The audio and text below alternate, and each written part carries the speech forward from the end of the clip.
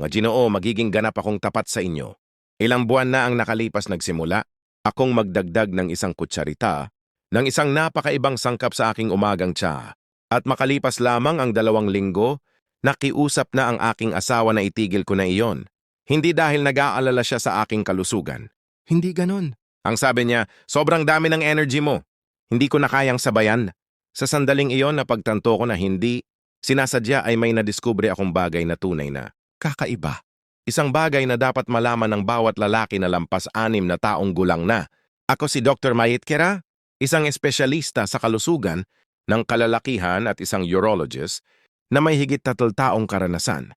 Sa lahat ng mga taong iyon, tinulungan ko ang mga lalaki na maibalik ang kanilang lakas, kumpiyansa at kakayahang gumalaw ng maayos sa buhay ng walang tabletas, kemikal o mga pangakong walang katotohanan. Sa loob ng mga dekada ng aking pagsasanay, paulit-ulit kong napatunayan ang isang bagay. Inyong pagtanda mismo ay hindi ang pumapatay sa pagiging lalaki o sa sigla ng katawan. Ang tunay na kalaban ay ang pagpapabaya natin sa ating sarili. Iyan ang malaking kabalintunaan. Karamihan sa mga lalaki ay naniniwalang hindi na maiiwasan ang paghina ng katawan. Tinatanggap na lang nila ang pagod, kawalan ng motibasyon, at mabibigat na umaga bilang bagong normal sa kanilang buhay. Ngunit nang magsimula akong haluin ng isang kutsarita sa aking taa, parang biglang nagising ang aking katawan, na parang ako'y 25 taong gulang. Muli, ang maliit na kilos na iyon ay tila nagbukas ng isang biological na switch sa loob ng aking katawan na akala ko noon ay tuluyan ko nang nawala. Sa video na ito ipapaliwanag ko kung ano ba talaga ang kutsaritang ito, paano ito gumagana sa katawan at bakit natural nitong sinusuportahan ang metabolismo, enerhiya at balanse ng hormone nang walang stimulant at walang mga daya. Purong tunay na suporta lamang para sa natural na pag-rejuvenate na. Nakabatay sa mga siyentipikong prinsipyo, kaya manatili kayo kasama ko. Sa susunod na sandali, malalaman ninyo kung bakit ang umagang ritual na ito ay napakalakas na unang mapapansin ng inyong asawa ang pagbabago sa inyo. At maaaring sabihin pa niya, pakihinaan mo naman ang sobra mong sigla. Bago tayo magsimula, kung hindi pa kayo nakasubscribe, gawin ninyo ito ngayon at pindutin ang notification bell upang hindi ninyo makaligtaan ang aking lingguhang payo. Nakakatulong ito sa mga lalaking lampas. Taong gulang upang maramdaman ang mas malakas, masigla at tunay na buhay na pakiramdam. Kung gusto ninyo ang inyong naririnig, maglagay lamang sa comments ng numero 1. Kung hindi naman, isulat ang 0 at sabihin kung anong payo ang nais ninyong marinig sa susunod. At ngayon, bago ko ibunyag kung ano talaga ang nakatago sa makapangyarihang kutsaritang ito, pag-usapan muna natin kung bakit karamihan sa mga lalaking nasa ganitong edad ay gumigising na pagod sa umaga. Dahil kung hindi natin aayusin ang nangyayari sa inyong katawan tuwing umaga, kahit anong supplement o sekreto ay hindi makakatulong upang maibalik ang inyong lakas at kumpiyansa. Yamaning problema sa umaga na kadalasang binabalewala ng mga lalaking may edad na ay ito. Tuwing umaga, bago pa sumikat ang araw, milyon-milyong lalaki ang tahimik na umuupo habang may hawak na tasa ng kape o tsa umaasang. Unang higop ay magbibigay ng panibagong lakas. Naiintindihan ko ang pakiramdam na yon dahil naranasan ko rin ito noon. Gigising kang pagod kahit pakiramdam mo ay nakatulog ka naman buong gabi. Parang mas mabigat ang katawan kaysa dati. Mas mabagal ang pagtakbo ng isip. Sasabihin mo sa sarili mo, kailangan ko lang ng kaunting oras para magising ang diwa ko. Ngunit sa kaibuturan ng iyong pakiramdam, alam mong may tama. Parang ang dating makinang pangerhiya sa loob ng katawan ay dating malakas na umuungal sa sigla, ngunit ngayon ay mahina na lamang ang ugong sa likuran.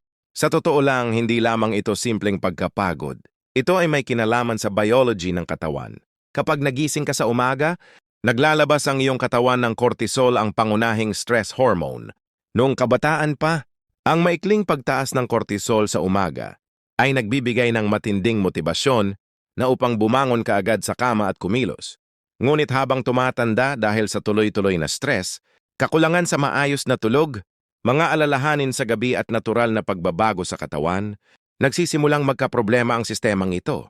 Sa halip na maging isang maikling malusog na pagtaas, ang cortisol ay nananatiling mataas ng matagal na oras. Ibig sabihin, nababawasan ang kakayahan ng testosterone na gumana ng maayos, ang hormone na responsable para sa lakas, focus at sigla ng lalaki. Isipin ninyo ito na parang duyan. Kapag tumataas ang cortisol, bumababa naman ang testosterone. Iyan ang dahilan kung bakit maraming lalaki ang nagsasabi sa akin, Doktor, hindi naman ako nalulumbay pero parang hindi ko na maramdaman ang sarili ko tulad noon. Hindi ito katang-isip lamang. Totoong nagbabago ang kimika ng katawan. Habang tumatanda ang mataas na cortisol, ay nagiging sanhi ng pagkabalisa, madaling pagkamainisin at kawalan ng pusa umaga, habang ang mababang testosterone naman ay nagdudulot ng kawalan ng gana, pakiramdam ng pagiging mahina at pagkawala ng apoy na dati. Nagpaparamdam na kaya mong harapin ang anumang hamon, at dito madalas nagkakamali ang maraming lalaki na paulit-ulit kung nakita sa libo-libong pasyente. Agad silang umiinom ng pinakamatapang na kape. Umaasang ang caffeine ay babalik agad ang sigla. O totoo na mabilis ang epekto ng kape. Ngunit sabay nito, lalo pang pinapataas ng caffeine ang cortisol level. Ang katawan ay hindi ito nakikita bilang tunay na enerhiya kundi bilang stress signal. Sa paglipas ng panahon, napapagod ang adrenal glands, nasisira ang metabolic balance at nagiging parang roller coaster ang araw. Mabilis na taas, mabilis ding baba ng enerhiya. Sa kabilang banda, may mga lalaki namang walang ginagawa. Umuupo lang na may hawak na tsaa, nagbabasa ng dyaryo o nag-i-scroll sa telepono. Umaasang kusa na lang babalik ang sigla. Ngunit ang problema kung walang tamang signal ang katawan, bumabagal ang metabolismo, tumataas ang asukal sa dugo at nagsisimulang mag-imbak ng enerhiya. Ang katawan imbes na gamitin ito, parang iniwan mo ang sasakyan na nakaandar ngunit nasa paradahan lamang. Gumagana ang makina, nauubos ang gasolina ngunit hindi ka umaabante. Maingay ang makina ngunit hindi ka umaandar papunta sa unahan. And dito nagsisimula ang lihim na iyon ng bagay na ito na madalas ay hindi man lamang napapansin ng karamihan sa mga lalaki.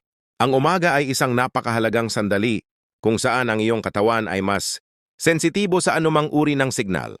Sa katunayan, ang unang 3 minuto pagkatapos mong magising ay parang mga biological na gear na nagsisimulang umandar.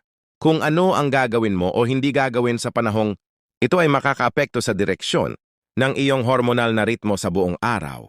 Maari mong gabayan ang iyong katawan na magtrabaho ng maayos, kasama mo o hindi mo namamalayan na may tulak ito sa pababang spiral ng stress, pagod at hormonal imbalance. Naalala ko ang isa kong pasyente na dating piloto na nagngangalang Jack. Dumating siya sa akin na talagang bigo at pagod sa buhay. Doktor, sabi niya, maaga naman akong natutulog. Naglalakad ako tuwing umaga pero pakiramdam ko pa rin ay ubos na ubos ang lakas. Kapag sapit ng tanghali, pinagawa namin siya ng laboratory tests. Lumabas na sobrang taas ng kanyang cortisol level habang ang testosterone niya ay nasa pinakamababang antas. Hindi siya tamad, hindi rin siya may sakit. Ang totoo, ang kaniyang katawan ay tuwing umaga ay automatikong pumapasok sa stress mode. Nang baguhin namin ang kanyang umagang rutina, kahit isang simpleng pagbabago lamang makalipas ang ilang linggo ay tila nabuhay muli siya. Nabawi niya ang enerhiya, sigla at malinaw na pag-iisip. Siya mismo ang nagsabi na para bang iyon na ang kanyang tunay na paggising sa buhay, kaya napakahalaga ng iyong umagang tsaka kaysa sa iyong inaakala. Ang anumang idinadagdag mo rito ay hindi lamang tungkol sa lasa o nakasanayan na. Ito ay isang uri ng mensahe na ipinapadala mo sa iyong katawan sa unang higop pa lamang. Ang mensaheng iyon ang nagtatakda kung ano ang mararamdaman mo sa susunod na 16 na oras. Kung kaya mong pakalmahin ang cortisol habang marahang pinapagana ang metabolismo, maibabalik mo ang balance, ang balanseng iyon na maraming lalaki ang unti-unting nawawala sa loob ng maraming taon nang hindi man lamang nila napapansin. At dito nagsisimula ang tunay na kakaibang bahagi. Ang asikreto ay hindi ang tuluyang pag-iwas sa caffeine o ang pag-inom ng mas maraming tsa. Ang pinakamahalaga ay kung ano ang mismong idinadagdag mo sa tasa. Isang kutsarita lamang ng tamang sangkap ang maaaring mag-activate ng panloob na switch ng iyong katawan na magpapalit sa karaniwang inaantok na. Umaga tungo sa isang estado ng tuloy-tuloy na enerhiya, mahinahong konsentrasyon at panibagong lakas ng panlalaki. Kaya pag-usapan natin kung ano ba talaga ang sangkap na iyon at bakit kaya nitong buhayin hindi lamang ang iyong umaga kundi pati ang iyong panlalaking sigla. Pangalawa, ang lakas ng umagang ritual. Kapag nakikipag-usap ako sa mga lalaking lampas, 6 na taong gulang, madalas kong tinatanong ang isang simpleng tanong, paano ninyo sinisimulan ang inyong umaga? Karamihan sa kanila ay nagkikibit balikat at sasabihin, basta umiinom lang ako ng kape. nagbabasa ng balita at umaasa na magiging maayos ang araw. Hindi nila alam na ang unang minuto pagkatapos, magising ay isa sa pinakamakapangyarihang pagkakataon na ibinibigay ng sariling katawan. Ang umaga ay hindi lamang oras para magising. Ito ay parang biological control center ng katawan. Ang mga signal na ipinapadala mo sa iyong organismo sa loob ng unang minuto, matapos magising ay may malaking epekto sa kilos ng iyong mga hormone, metabolismo at antas ng enerhiya hanggang gabi. Ang totoo, maraming lalaki ang hindi sinasadyang nagpapadala ng maling signal sa katawan. Kahit hindi nila ito alam, noong ako mismo ay napagtanto ito. Nagbago ang lahat. Sa loob ng maraming taon, namuhay ako sa parehong routine. Gigising, unang hahanap ng telepono, iinom ng matapang na kape at agad nasasabak sa trabaho. Gumagana ako pero hindi ako tunay na umuunlad. Hindi ako tamad pero hindi ko rin maramdaman na talagang buhay na buhay ako. Isang umaga, sinubukan kong gawin sa sarili ko ang karaniwang payo na ibinibigay ko sa aking mga pasyente. Ang simula ng araw ng may kamalayan at atensyon. Pinalitan ko ang magulong simula ng araw ng isang mas payapang ritual at doon nangyari ang isang bagay na kapansin-pansin. Parang nagkaroon ng ibang kulay ang buong araw. Ang enerhiya ay hindi na parang naglalakbay pataas at pababa. Naging mas tuloy-tuloy, mas kalmado at mas may kumpiyansa. Naging malinaw ang aking pag-iisip na wala ang bigat ng stress sa dibdib. At sa unang pagkakataon sa mahabang panahon, ay naramdaman ko ang tunay na panloob na balanse ng katawan. Iyan ang tunay na lakas ng umagang ritual. Hindi lamang kung ano ang iyong iniinom, ang mahalaga kundi kung anong mensahe ang ipinapadala mo sa iyong katawan sa pamamagitan ng iyong mga kilos. Kapag sinisimulan mo ang umaga ng may kamalayan at may tamang natural na sangkap, tumutugon ang iyong katawan. Para bang sinasabi mo sa iyong mga hormone, ligtas tayo, malakas tayo, handa tayong ipakita ang ating pinakamataas na kakayahan. Ang simpleng ngunit makapangyarihang mensaheng ito ay nakakatulong na pababain ang antas ng cortisol, mapanatili ang tamang level ng asukal, sa dugo at natural na mapataas ang testosterone at dopamine. Kemikal sa utak na nagbibigay ng enerhiya, saya at motibasyon. Parang pinapagana mo ang isang biological na switch na nagsasabing ako ang may control sa aking araw ngayon. Nagsisimula ang tunay na mahika kapag ang mensaheng ito ay naging isang ugali. Nakita ko kung paano nagbabago ang mga lalaki sa aking harapan. Basta't ginagawa nilang isang paraan ng pag-aalaga sa sarili, ang unang tasa ng kanilang araw. Hindi bilang pinagmumula ng pagkabalisa dahil sa caffeine. Isipin ninyo ito. Sa halip na agad na abutin ng kape, umupo muna sa tahimik na lugar. Huminga ng malalim at magdagdag ng isang kutsarita ng espesyal na sangkap sa iyong tsaa. Panoorin kung paano dahan-dahang tumataas ang singaw tasa. Inumin ang unang mabagal na higop at maramdaman na parang may ipinapadalang mensahe sa iyong katawan. Ang mensahe ng tahimik na lakas. Sa loob lamang ng ilang minuto, maaari mon maramdaman ang pagbabago. Enerhiya na walang pagkabalisa, sigla na walang kaguluhan at focus na walang ulap sa isip. Nakita ko kung paano nakatulong ang ritual na ito sa mga lalaking halos nawawalan na ng pag-asa na maramdaman muli ang kanilang kabataan. Pagkaraan ng ilang linggo, babalik sila sa akin at sasabihing, "Doktor, hindi ko alam kung ano ang nangyayari pero mas malinaw ang isip ko, mas magaan ang pakiramdam ko at mas buhay ako kaysa sa nakaraang mga taon." At hindi ito himala. Ito ay simpleng tamang paggana ng pisyolohiya ng katawan. Ang mismong pagbuo ng isang ritual ay nakakatulong upang mapabuti ang chemistry ng utak. Binabawasan nito ang pamamaga, pinapatag ang tibok ng puso at inihahanda ang metabolismo upang magsunog ng enerhiya imbes na mag-imbak nito. Iyan ang pagkakaiba ng basta-basta na lamang. Tumutugon sa araw at ng tunay na pagkontrol sa iyong araw. At may isang bagay pa na madalas nakakaligtaan ng karamihan sa mga lalaki. Ang ritual mismo ay nagiging kapanapanabik sa paraang malusog. Kapag nagsimulang makilala ng iyong katawan ang umagang katahimikan, unti-unti itong naghahangad muli nito. Gigising ka na may pag-asam sa sandaling iyon. Hindi dahil sa caffeine, kundi dahil nararamdaman mong bumabalik ka sa iyong sarili. Para bang tumitigil ka sa pakikipaglaban, sa pagod at sa halip ay nagsisimulang pakainin ang iyong sariling sigla sa buhay. Kaya sinasabi ko sa bawat lalaking lampas, 6 na taong gulang, ang una mong tasa sa umaga ay maaaring mabigay sigla sa iyo o maaari ring unti-unting magpahina sa iyo. Nasa iyong kamay ang pagpili. Ang ritual ay parang restart button na matagal nang hinihintay ng iyong katawan. At ang pinakakamanghamanghang bagay, dito ay hindi ito nangangailangan ng malalaking pagbabago sa buhay.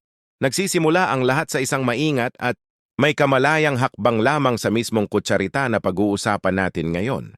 Dahil ang anumang ilalagay mo at hahaluin sa iyong tasa ay maaaring maging spark na muling bubuhay sa lahat ng inaakala mong inagaw na ng edad sa iyong katawan. Ikatlo ang unang kutsarita, ang pulbos ng ugat ng maka. Noong una kong marinig ang tungkol sa ugat ng maka, aaminin ko, ako ay nag-alinlangan. Ilang taon ko nang pinag-aaralan ng hormones, metabolismo at kalusugan ng panlalaking katawan. Kaya nang sabihin ng isa kong pasyente na naglalagay siya ng isang bagay na tinatawag na Peruvian ginseng sa kanyang tsaa at pakiramdam niya ay para siyang bumata ng 20 taon. Ngumiti lamang ako ng magalang ngunit itinago ko ang aking pagdududa, ngunit matapos kong marinig ang parehong kwento mula sa pangatlo, ika-4 at ika-5 lalaki. Mga lalaking nasa 6 taong gulang na. Nakararanas ng panghihina, mababang mood at pagkawala ng enerhiya. Nagpasya akong subukan ito mismo. Ang resulta ay talagang ikinagulat ko. Ang matcha ay hindi isang milagrosong gamot. Isa lamang itong simpleng ugat na tumutubo sa kabundukan ng Andes kung saan ang klima ay napakahirap at tanging pinakamalalakas na anibuhay ang nakakaligtas. Doon nakaugat ang likas nitong lakas. Para bang ipinapasa nito ang bahagi ng tibay ng sarili nitong pinagmulan sa taong umiinom nito. Noong una kong hinaluang mabuti ang isang kutsarita ng gelatinized matcha powder sa aking umagang taa, wala akong inaasahang espesyal na mangyayari. Ang lasa ay bahagyang parang lupa, may kaunting na aroma at may banayad na tamis na parang karamelo. Ngunit makalipas ang ilang araw, napansin ko ang maliliit, ngunit kapansin-pansing pagbabago. Nagsimula akong magising bago pa tumunog ang alarm clock. Naging mas matalas ang aking konsentrasyon at ang mabigat na ulap ng pagod na karaniwang bumabalot sa aking umaga ay unti-unting naglaho.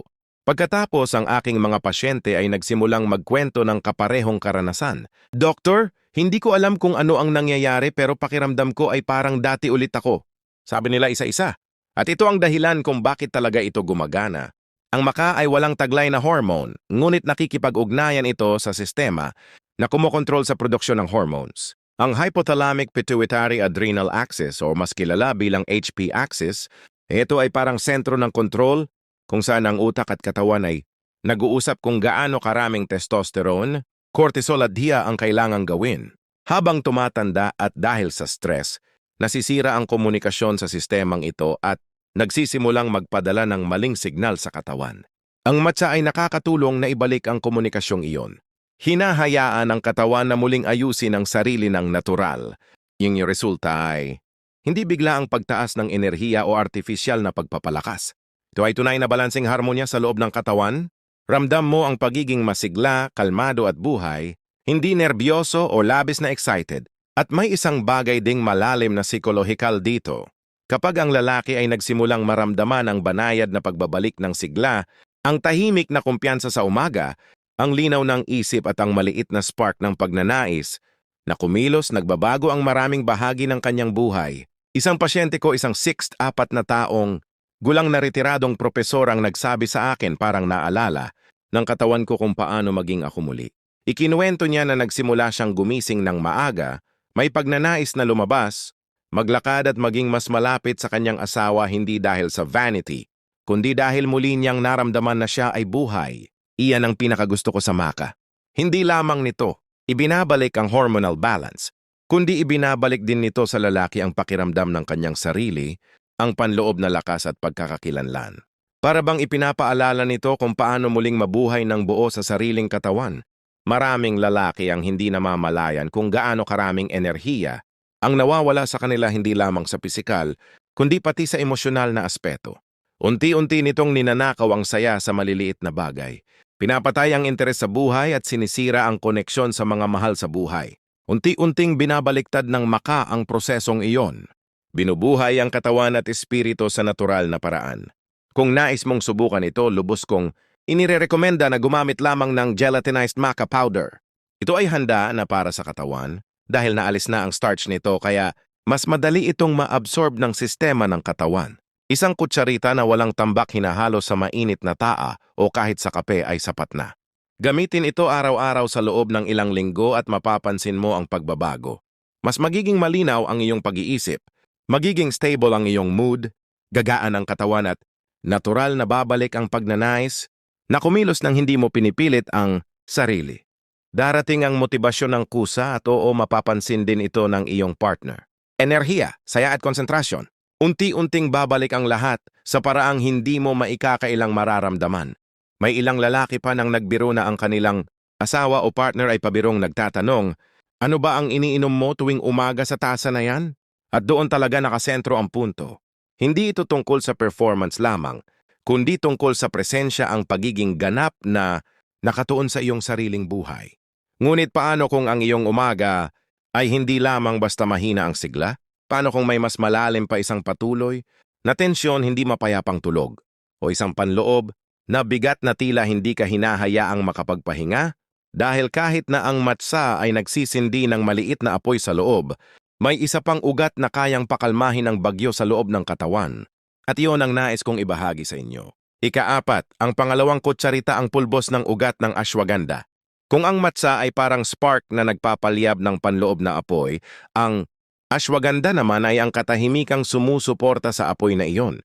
Nakilala ko ito maraming taon na ang nakalipas habang pinag-aaralan ko ang Ayurvedic medicine. Ngunit tunay ko lamang na naunawaan. Ang lakas ng ashwagandha ng simulan ko, itong gamitin sa aking sarili. Noong panahong iyon, pakiramdam ko ay parang pinigana ako hanggang sa dulo ng aking lakas. Sa pagitan ng klinikal na trabaho, pananaliksik at mga responsibilidad sa pamilya, parang hindi na kayang dalhin ng aking katawan ang lahat. Naging mababaw ang tulog ko, nagiging balisa ang isip.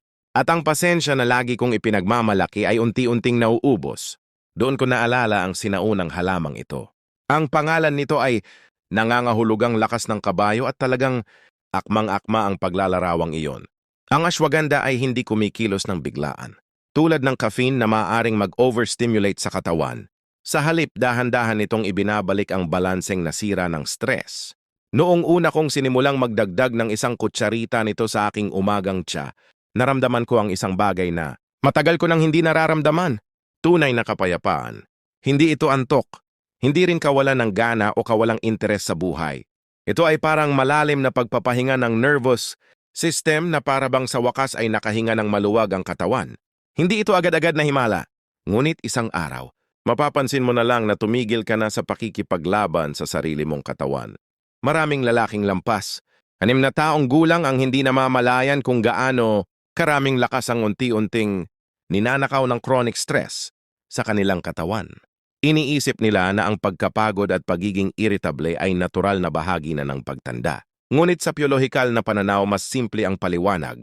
Ang tuloy-tuloy na tensyon ay nagpapanatili ng mataas na antas ng cortisol sa loob ng mahabang panahon. At habang tumataas ang cortisol, bumababa naman ang testosterone.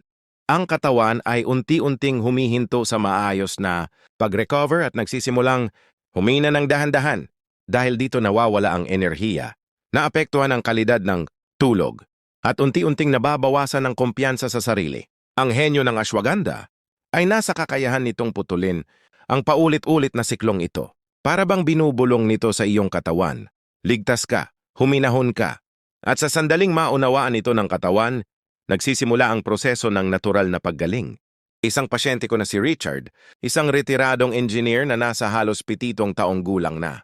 Ang minsang nagsabi sa akin, ang ashwagandha ay parang pinatigil ang panginginig ng aking isip. Hindi man ako biglang nagkaroon ng sobrang lakas pero hindi ko na rin nasasayang ang enerhiya ko sa walang kabuluhang pag-aalala. Hindi nito talaga yung nangyayari. Kapag tumigil ang katawan sa paggasta ng enerhiya para sa panloob na stress, nagsisimula itong gamitin ang lakas nito sa mga bagay na talagang mahalaga. Ang pagre-repair ng katawan, pag-iisip ng malinaw, paggalaw ng mas maayos at pamumuhay ng mas buo. Ang epekto ng ashwagandha ay hindi lamang sa mood. Ipinapakita ng mga pag-aaral na nakakatulong ito upang mapababa ang presyo ng dugo, mapabuti ang kalidad ng tulog at mapabilis ang recovery ng mga kalamnan. Ngunit higit sa lahat, lalaking matagal nang nabubuhay sa iritasyon, pagkabalisa at pagod ay biglang nagiging mas kalmado, mas nakafocus, mas matiyaga hindi lamang sa ibang tao kundi pati sa kanilang sarili. Ang kanilang mga asawa ang unang nakakapansin ng humahanga ako sa kakayahan nitong ibalik ang emosyonal na balain, ang mga pagbabago. May ilang babaeng pasyente pa nga ang pabirong nagsabi, "Doktor, hindi ko alam kung ano ang ibinigay ninyo sa kanya pero parang ibang tao na ang asawa ko. Ang lasa ng ashwagandha ay medyo parang lupa, bahagyang mapait at mayamang lalim ng aroma. Gusto kong ihalo ito sa maanghang na taa na may luya, turmeric at kaunting pulot. Hindi naman kailangang maging perpekto ang lasa. Ang mahalaga ay lagi nitong ipapaalala sao na may ginagawa kang mabuti para sa iyong sarili." Madalas kong sinasabi sa aking mga pasyente, ang bawat higop ay maliit na pagkontra sa stress. Binabalik mo ang kontrol sa kaguluhan ng modernong buhay. Isang mahinahong paghinga sa bawat pagkakataon. Bigyan ninyo ito ng 2 hanggang 3 linggo at mararamdaman ninyo ang pagkakaiba. Ang gabi ay magiging mas tahimik, mas malalim. Ang pahinga habang ang umaga ay magiging mas magaan. Magsisimula kang gumising hindi lang basta nakapagpahinga kundi talagang muling nabuhay ang pakiramdam. Habang nagiging stable ang cortisol level, unti-unting babalik sa natural na ritmo ang testosterone. Hindi lamang ito mararamdaman sa enerhiya kundi pati sa kumpiyansa, sa paraan mo ng pagtugon sa stress, sa pagharap sa pressure at sa pagdaan sa araw ng mas magaan at malinaw ang isip. Ngunit paano kung ang iyong pangunahing problema ay hindi stress kundi ang mabagal at halos hindi napapansing pagkapagod? Ang hindi napapansing pagdagdag ng timbang sa bahagi ng tiyan, ang biglaang pananabik sa matatamis na pagkain, ang pagkawala ng sigla pagkatapos mananghalian at ang pakiramdam na nawawala ang focus ng isip. Dito papasok ang susunod na kutsarita, isang mainit at mabangong pampalasa na pamilyar sa marami ngunit bihirang ituring ng makapangyarihang paraan. Upang baguhin ang metabolismo at ibalik ang enerhiya, 5 ang pangatlong kutsarita giniling na salon cinnamon. Kung may isang sangkap na talagang ikinagulat ko sa lakas nito, iyon ay ang cinnamon. Hindi ang murang brown powder na karaniwan nating inilalagay sa tinapay or oatmeal, kundi ang tunay na salon cinnamon. Noong unang panahon, ang pampalasang ito ay tanging para lamang sa mga hari. Naalala ko pa ang umagang iyon ng una, kung iwiisik ang isang kutsarita nito sa aking tasa. Ang aroma, palamang ay nagpahinto na sa akin. Mainit, matamis at parang nakakaaliw, parang alaala ng kabataan. Ngunit ang epekto nito sa aking katawan sa sumunod na linggo ay tunay na nakakamangha. Hindi lang simpleng pagtaas ng enerhiya ang aking naramdaman kundi ang panloob na balaini. Nawala ang mga biglang pagbabago ng pakiramdam. Nawala ang paghina ng enerhiya pagkatapos mananghalian. At ang mabigat na pakiramdam ng pagod na kadalasang dumarating pagkatapos kumain ay unti-unting naglaho